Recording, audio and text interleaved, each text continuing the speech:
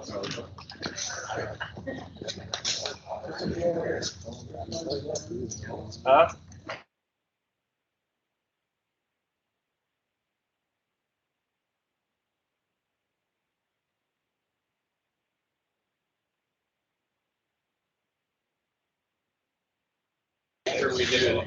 Hey, good morning, folks. Thank you for joining us today. My name is Slater Turner, and I'm one of the liaison officers for Northwest Team 8. And welcome to the folks that are on the line. We will get started and give you an update on the fire we have and all the things that are associated with that, so you'll be abreast and understand what we're doing and why we're doing what we're being asked to do. So we'll get started this morning, and we will have this is your meeting, your opportunity to ask questions about things that are happening out there, and get some clarification on things should you have some questions, and we'll do our best to get those answered. So we'll ask that you mute your phones and so that we can everybody can hear. We'll ask that are the folks online, can you hear me okay? I see one head nod from. So we'll get started. So let's get the fire weather and fire behavior. Scott. Good morning, Scott McDowell, Fire Behavior Team 8. So we do have an IMET coming in. He did get us some product today for today's shift, and looking at a lot of green on this matrix here. So what this is really telling us is we've got cloud cover, our RHs are up, our temperatures are also down around a manageable point. And there is a little bit of a threat of precip in the forecast, not a lot, but it's just going to be that constant adding to the process. There's a little bit of a system coming in today, and then in the future days there'll be a few more. We get a little break tomorrow, the next day, and then into the weekend there's another system coming in, and it's just adding more moisture to the whole system. From a fire behavior standpoint, it's pretty much just backing and creeping, smoldering down the hill, burning up the heavy fuels, and not really doing a whole lot of intentional movement, if you will. Hasn't been super positive places for securing the lines of burnouts because of the high RHs, and the fuel moistures are starting to come up in the finer fuels, and even so we're just getting the heavier fuels burning down. So it doesn't want to move a whole lot. We've done some modeling on this, and it just doesn't show a lot of growth potential in the short term, in the next 3 to 5 days. That's as far as we've gotten out with that. Maybe some torching out there occasionally, that'll be visible where we get ladder fuels and things like that, but it's single tree, shouldn't be an issue. Very, very, very short range spotting potential. Biggest issue out there is going to be when fuel's backing down, and they may roll out and then run back up slope a little bit. But pretty minimal fire behavior, we can deal with that with firefighters and the equipment we have on the ground. Any questions? All right.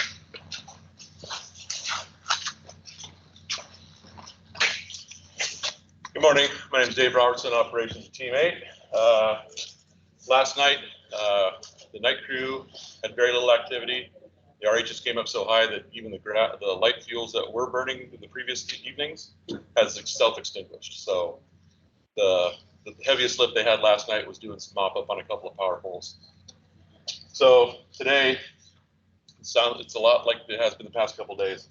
Over in Alpha, we're still looking at prepping this road 510 and the 105 above Skycomish, using that as a line as a containment feature, so we're not down here in town.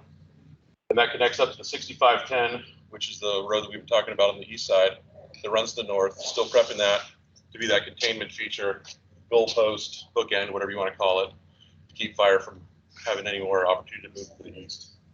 So we're still continuing the brush out work on that and getting that prepped, and so far it's going really well.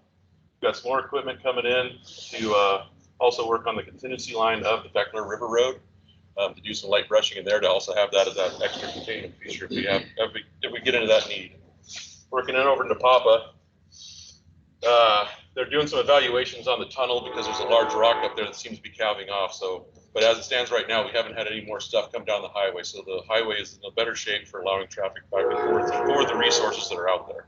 We are going to do some, we are going to allow humanitarian aid group from Shelton to take some supplies up the river, up to Skycomers today, so we can get some food, pet food, up to those folks. But we're going to maintain we're using our division suit to allow that transfer of folks to go up through there.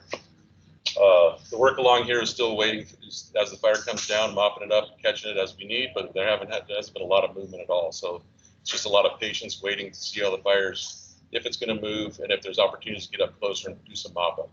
The issues are still with all the trees and green that's down there. We have a lot of stuff fall out. Now that we've had 3 or 4 days of residence time burning in there, the green trees are falling over because they're pretty loosely rooted. So we're having a tough time with that, getting firefighters in there safely to do the work. So we're doing a lot of waiting for the stuff to come down and then going after it after. Moving up into Sierra, it's the same. We're the containment lines that we're working and looking at trying to get up closer and around the community of Bering, those are all in place. And we're just making them better so that if we get to a place where we have a firefight in there, that we can be more successful, waiting for the fire to come down to us. Moving over to Tango, we're still working the 6022 road to be the containment feature to keep fire from coming into what I've been referring to as the index finger.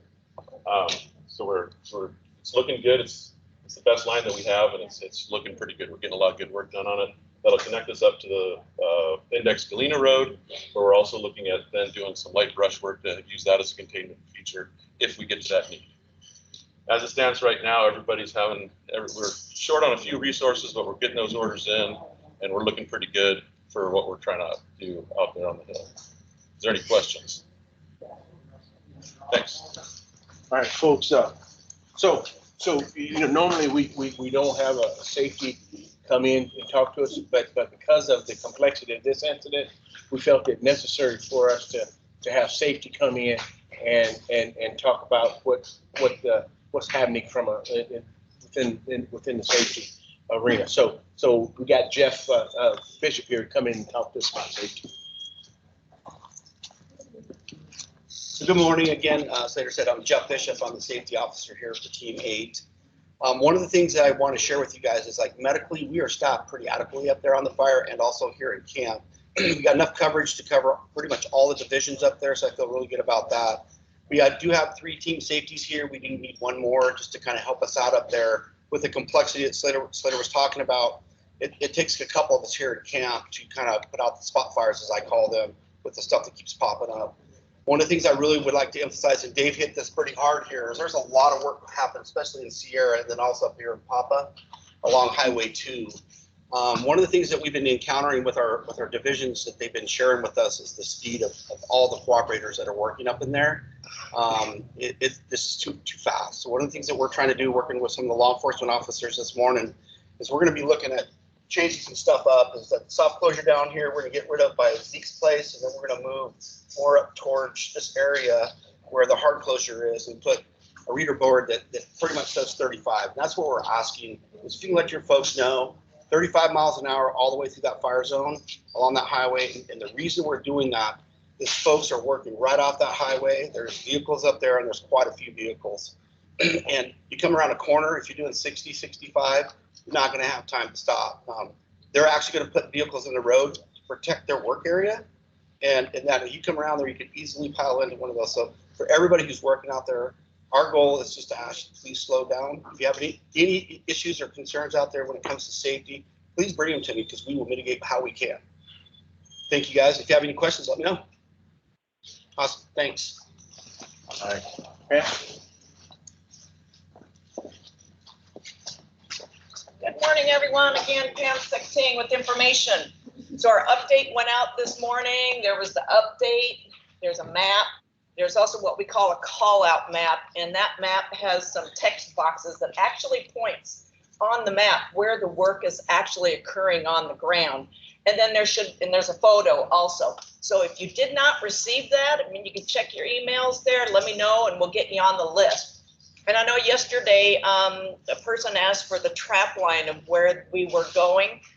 Yesterday, we went out and now do have an established drop line. That's the places that we deliver information to every day. We still don't have our information boards, but we're still going to those locations. So if that person that requested that yesterday can put their email in the chat, we can get that email to you. Also, let's see.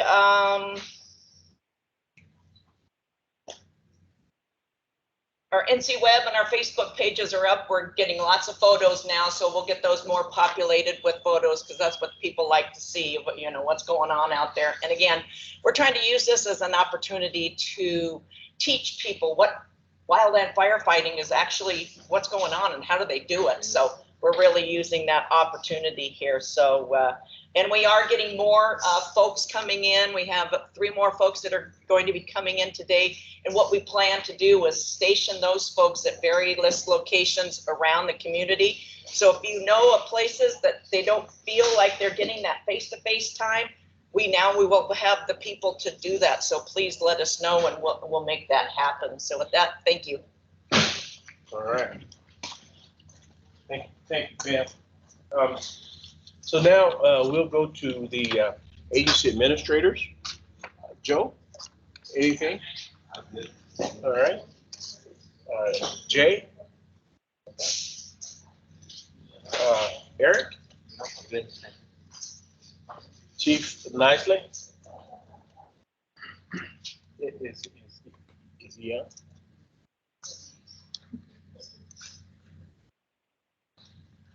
Wake up, James.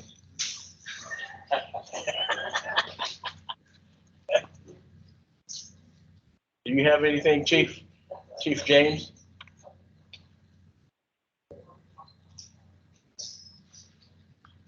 Hearing nothing. Okay. All right.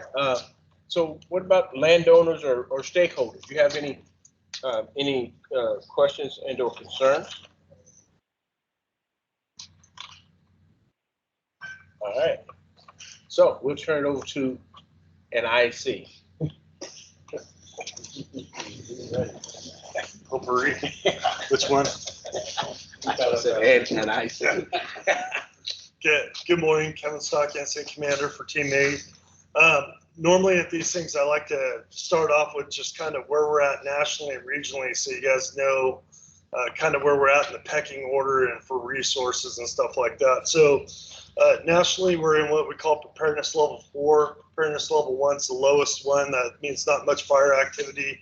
And 5 is the highest, which means that we have fire widespread throughout the U.S. and that resources are low. So we're up near the top, and we do have active fire all over the place. There's 27 large fires uncontained in the U.S. right now, and 25 type 1 or 2 incident management teams out. So that's the bigger incident management teams like we are for larger incidences. In Region 6, which is Oregon and Washington, 14 large fires, 8 incident management teams are out. So we're a third of what's going on in the country is in the Northwest. And the Northwest is one of those resource heavy kind of areas. Like it takes a lot of people to deal with fire. So that being said, I will say on this fire, we're competing well. We're the 3rd highest in priority in the region. It's Cedar Creek right now, which is down on the Willamette number 1, and they have a lot of active fires still, and it's still spreading fairly active because they haven't got the rain that we got here. And then the other one is Double Creek, which is on the Wow-Whitman, and it's well over 100,000 acres. It just takes a lot of people to get around that. It's basically from the Snake River up to the Washington border, and then almost to Joseph. It's a big piece of ground.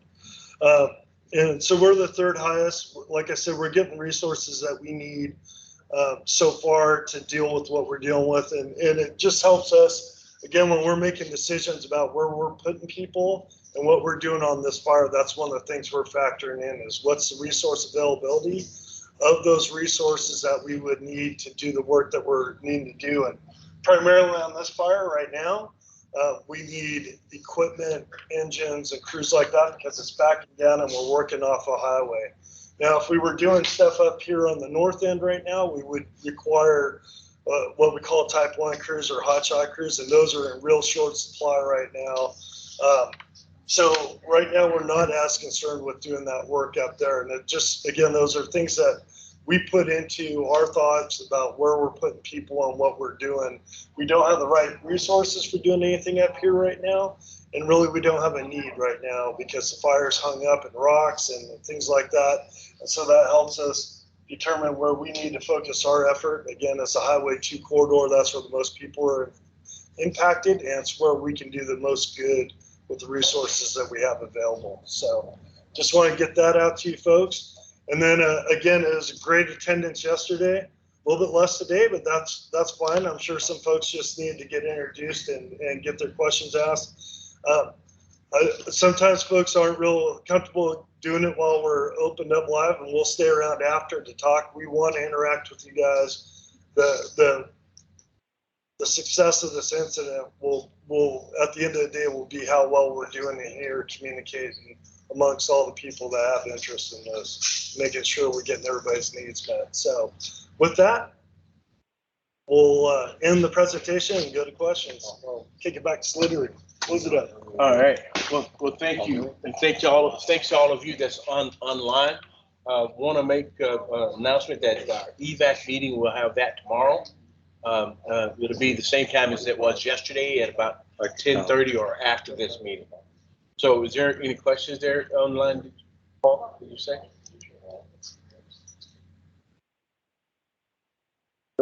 Okay. So, folks, thank you. And again, this is your meeting. This is the meeting that your opportunity to share with us your issues and or concerns. So we'll continue to ask for that and ask about how comfortable you are and if you have questions so that we can work hard to get answers for you. So with that, we will have, we'll close it out unless there's no questions.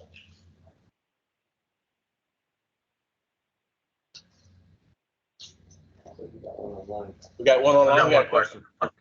Will that EVAC meeting be Zoom also? I'm not able to be there in person tomorrow. Will it meeting be on Zoom? Yes. The EVAC meeting at 10:30. Teams. It'll be on Teams, excuse me. That, okay, on Teams. Okay. Yeah. That one, what we'll do is we can, is that the captain? What we'll do with that, captain, is we'll go ahead and put you on a speakerphone. Okay. Unless we can do it, maybe we can do it through our phone on that, Facebook or FaceTime or whatever that is. Okay. All right. Mr. Ledbetter. Yeah, my name's Tony Ledbetter. I'm the operations manager for King County Roads. We have a 4-person crew at our Skycomey shop for road maintenance, and I'd like to try to get them in there tomorrow to take a look at some of our roads, like bearing and stuff that we haven't been able to maintain for a few days. Will that be a possibility? Well, right now, I think we depending on where they are, we'd like to talk. Tony, I'll call you offline. It's Alicia. Okay, thank you. Thanks. All right. Is there any more questions? Something. Scott Parker wants an update on State Road 2 in terms of where we are. I think Dave mentioned what was going on there. Yeah, I can do it. So where we're at on State Route 2, like you said, the fire hasn't backed down all the way along the hill. So right now we're still at a place where we need operational control on that piece of the highway underneath where the fire hasn't come down yet. So I don't see that changing in the next 24, 48 or 72. We're constantly evaluating it, and we'll look at that time where we think that we could safely possibly look at one lane. We have that in our thought process, but right now with gravity hazards and the work going on, trees coming down, we have enough problems just trying to maintain our control area to make sure our people are being safe when they're working to allow a bunch of vehicles through. So we know, and I'll reiterate this, we know how important that highway is to you folks and how much you want to get through. But if we can get more of that work done without taking breaks and allowing cars through constantly, we can get a lot more work done faster. And you also have the power companies in there clearing their lines, and everybody else. We just want to allow that work to get done without constantly having to stop to allow traffic through at this time. So that's it for now, unless there's questions on that. Okay. Bradley, I see you have a question. You have your hand raised. Bradley Gilbert. It's more of a, I'm Brad Feilberg with the Red Cross, and just to let everyone know that the Red Cross is planning on closing the shelter at the fairgrounds today at noon, unless anybody in the group knows of any reason that we shouldn't, or there's some need out there for having the shelter continue. Thank you.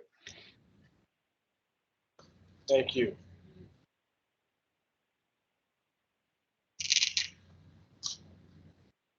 Okay, anyone else? Yeah, Scott Parker has a question, another one. Okay, go ahead, Scott.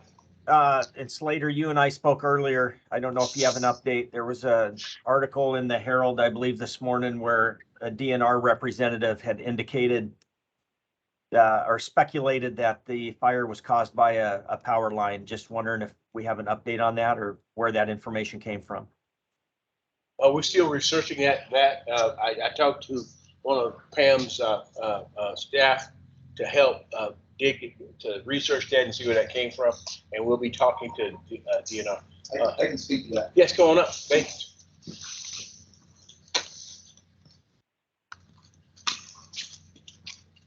I'm Britt Davis, fire staff for the Mount Baker Snoqualmie, and just had a conversation with our forest law enforcement agent the other day, and they have determined the cause. It's not power line. It was a vehicle that ran off the road early that morning, and they think it's catalytic converter started. So I can confirm that it wasn't intentional, it wasn't arson, and it wasn't power lines. It was an unfortunate accident. Fantastic. Thank you for that update. Is that public knowledge now, since it's in this big room here? So. I mean, there's a lot of things that we discuss in here that we don't really want to go to the public, but is that? Maybe it's under investigation, but my understanding is that's what it is. It's under investigation. It's under investigation till that's. Okay. So it's still under investigation, Scott, but we're moving forward with that investigation part. All right, Scott, thank you. Is there any other questions? Yeah, I had one additional on BPA infrastructure. Any update on damage? No, I do not have an update on damage. We are reaching out to BPA to see what kind of damage that has been assessed. They think they have, and also working with ops to see that as well. We're trying to. One of the things that we're working on is getting maps of power lines and ownership of power lines, so that we'll know where when we talk to you, what power company we're talking about. So we're working on that, and I think ops and the liaisons are working to get those get that map put out there and then get it assessed. Hey Slater. Yes. Is there anybody from DCA on the line that can answer the question? Can you just ask me? Yes. Is there anybody on BPA that can answer that question on the line here? Yeah, this is Joe Hall, the district manager for Snohomish for Bonneville Power. So currently, as of right now, we don't have any damage to any structures or conductor. TLM crews are out still surveying, but as of right now, we don't have any damage. All right. Thank you for Joe. the update. All right. Thanks, Joe. Anything else?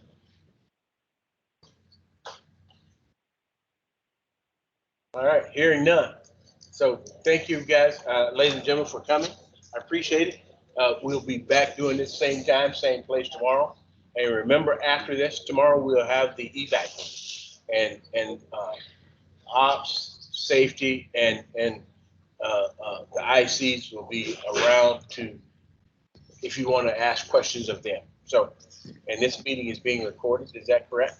And you can listen to the recording at your leisure, should you want to. All right. Thank you very much for your time.